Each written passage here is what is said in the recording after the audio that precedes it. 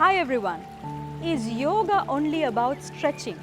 Let's tackle a big myth today. Stretching is only one part of yoga. When you do yoga practices, definitely you get to stretch. You stretch your muscles, you stretch your joints and your ligaments and your tendons. You stretch everywhere. You get a good massage by stretching. That is true. But yoga is not only about stretching. Yoga is about mindfulness, it's about meditation, it's about changing your lifestyle for the better, it's about breathing properly, it's about determination, it's about accomplishing your postures, it's a lot of other things too.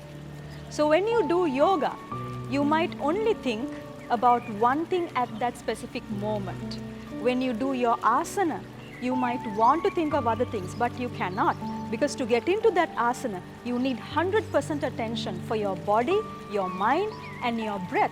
All of that to coordinate into that one specific moment. So with yogic practices, you are there. You are in your whole being in the present moment. And that's what yoga is about, not just stretching.